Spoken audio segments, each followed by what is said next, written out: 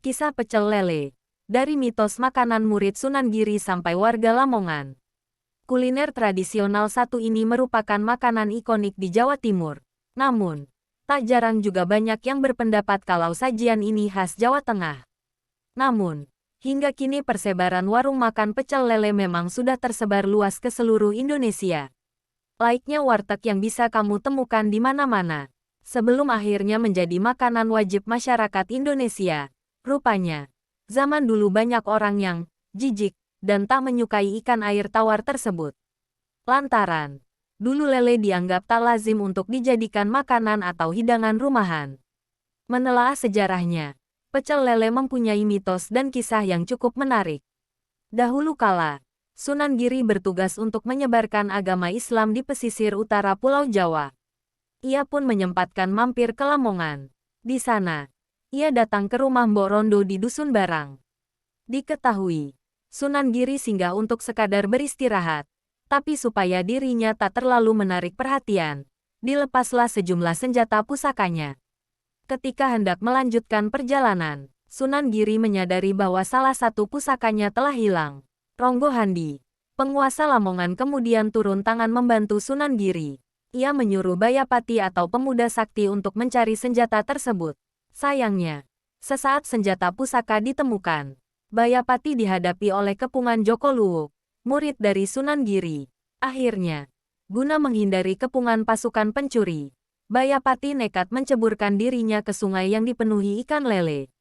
Joko Luwuk beserta pasukan mengira Bayapati sudah tewas. Senjatanya pun dibawa hanyut ke sungai. Kendati demikian, ternyata ikan lele itu justru melindungi Bayapati. Tidak menyerang dan tidak membunuhnya sama sekali. Merasa kesal, Joko Luwuk lalu bersumpah tak akan memakan ikan lele seumur hidupnya. Sumpahan ini ia sampaikan pula pada semua keturunannya.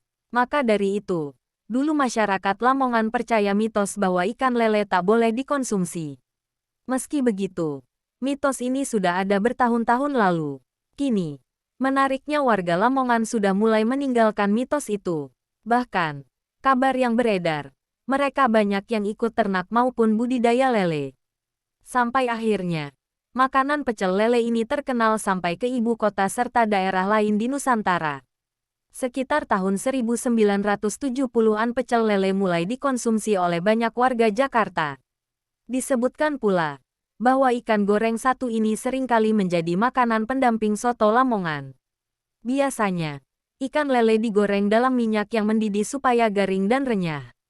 Dihidangkan bersama nasi putih atau nasi uduk hangat. Kemudian ditambah lalapan dan sambal, agar semakin nikmat.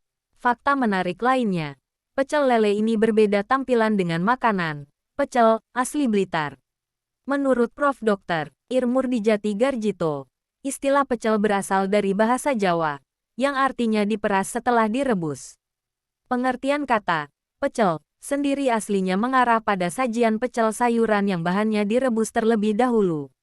Lika-liku sejarah, arti nama, hingga mitos di balik sajian pecel ini memang selalu mengundang tanya.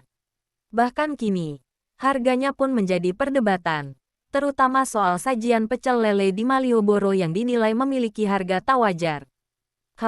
Kalau kamu sendiri, apa pendapatmu tentang kontroversi kisah pecel lele ini?